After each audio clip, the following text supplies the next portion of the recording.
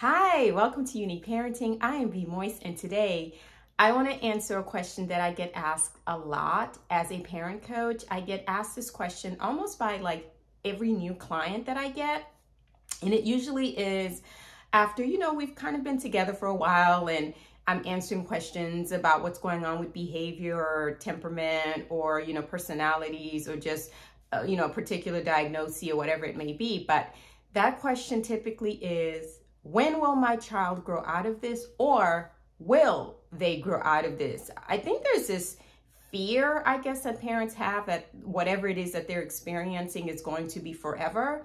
And in reality, that is not true at all. So when I get asked that question, the answer depends. It depends on whether or not the child will grow out of this particular thing, or if it's just part of who they are and uniquely part of their brain chemistry that is making them behave this way. So sometimes I can easily say, oh my gosh, yes, no, you will not be doing this thing for the next 7 years. It's gonna go away. And sometimes I don't know. And that's usually my answer is, I don't know. Now, as a parent, hearing someone say you don't know, or they don't know, especially when you're coming to them as a professional, I see how that could be incredibly frustrating and disheartening, because you want an answer and you want to figure out how to navigate this particular journey, and you want to know the expectation of what's going to happen. So short answer, I don't know. Long answer, it depends. It depends on what the thing is, what that child is experiencing, how much of this behavior or thing is a part of who they are versus just the environment. Because sometimes negative behavior is simply due to the environment, and sometimes negative behaviors are due to unmet needs, unmet sensory needs, unmet connection needs from parent to child. So sometimes it depends. So if we can correct some of these unmet needs, the behavior go away and nothing, it's like it was never there to begin with. But if those needs are not met, the behavior tends to linger a little bit longer, and it makes this, journey a little bit more difficult than it needs to be. So it depends. And what's most important for you as a parent is acceptance, because the sooner you accept whatever it is that is being presented to you, the easier it will be to understand it, to navigate it, and to really help your child work with it or through it. Because sometimes there is no moving on, and sometimes there is no adjustment. Sometimes this is just what it is, and the behavior or whatever it is won't change.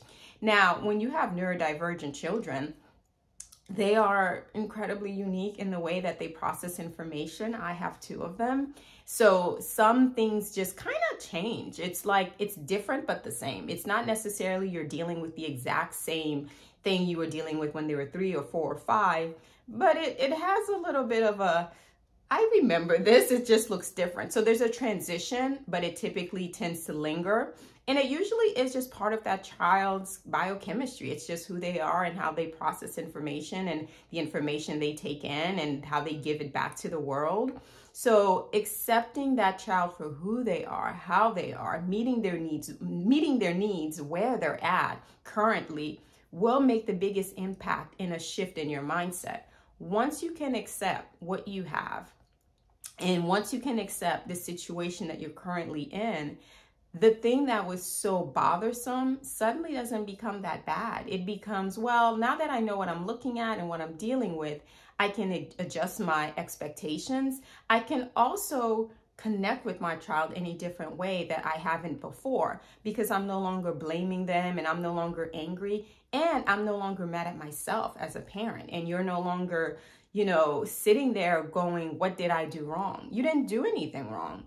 Just like your child didn't do anything wrong. This is just how they are. This is just who they are. And it's just best to accept them where they're at that particular moment, and to really just kind of figure out how to move forward with whatever it is that you're dealing with. So again, when will my child change? Will my child change? Will this behavior go away? I don't know. But it doesn't matter, because whether it changes or not, they're still your child. You still love them. They still love you, and they still want to be with you, and they want to be accepted by you. So let's shift the narrative and focus on, it doesn't matter if and when it will change, but what can I do in the meantime to really accept my child and just learn what I can do to help them, especially if it's a troublesome behavior, if it's something that is really impeding on growth and it really is something that needs to be corrected. Let's learn from that behavior, because behavior is communication, good or bad. So let's learn and hear what that child is trying to communicate so we can really move forward and you can truly accept your child for, whatever it is that they're presenting and whomever they are that they're presenting in front of you. So I write about this in my new book called Our Neurodivergent Journey. And if you haven't picked it up, please do so. It's on Amazon and Barnes & Noble, wherever you can get your books. But, I talk about acceptance because that is the biggest shift in my parenting strategy, is just truly accepting my child for who he was, accepting my children for who they are, but most importantly, accepting me for what I know I can do and learning and growing from that. So will it change? I don't know, but it doesn't matter. So in the meantime, I want you all to enjoy your unique parenting journey with your unique learner.